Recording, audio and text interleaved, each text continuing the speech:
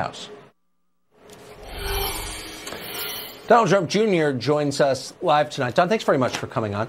Do you think, you talk to a lot of Republicans in Washington, do you think they understand the threat of woke capitalism, the alliance between the activist left and big business that is shutting down speech? You know, I think they're starting to get it. I think they're starting to see it. I mean, that's why I've tried to utilize my platform. I did an op-ed in Real Clear Politics the other day because I see it from so many real Americans, just guys that are Second Amendment accounts, people that follow me, like my politics, whatever it is, and they're reaching out to me when I made a big deal of this, saying, wow, it's happening to me too, but I have a platform to actually do something about it. There are guys, Kevin McCarthy's been pretty vocal about it, but the reality is that nothing has changed.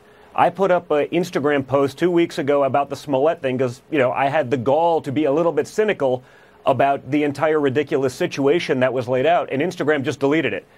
I sort of responded in my normal fashion, rather aggressively saying, what's wrong with this? Here's the problem, yada, yada. And I got inundated, Tucker. Hundreds of people sending me DMs. Don, my account was shut down because I tried liking one of your tweets, or I tried liking one of your father's Instagram posts that was like him and his grandchildren.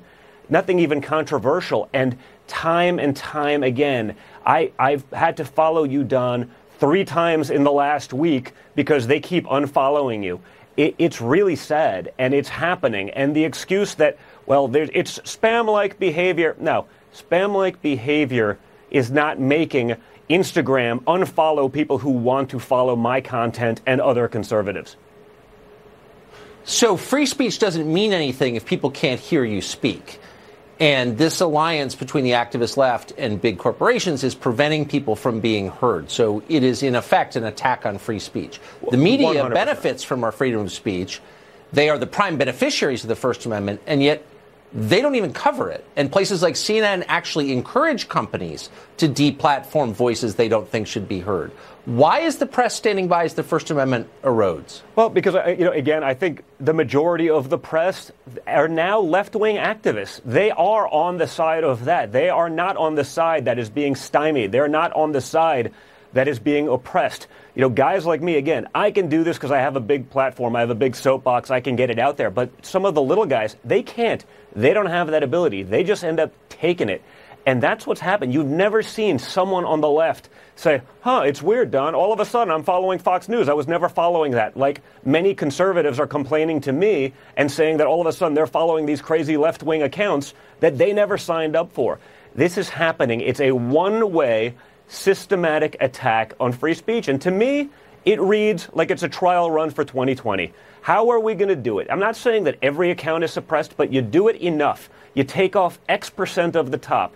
You cut the message in half. You get rid of some of the viral nature of what my father, frankly, did very well in 2016. He played monkey in the middle with the media and what they tried to do with messaging. He went right to his people. He went right to the people with his message. He didn't allow them to manipulate it. He went right over them.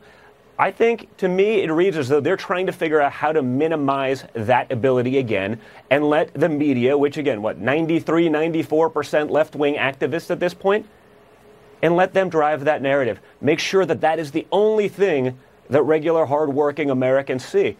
And we got to call it out. We have to hit it aggressively. I mean, I'm a little surprised that the Republicans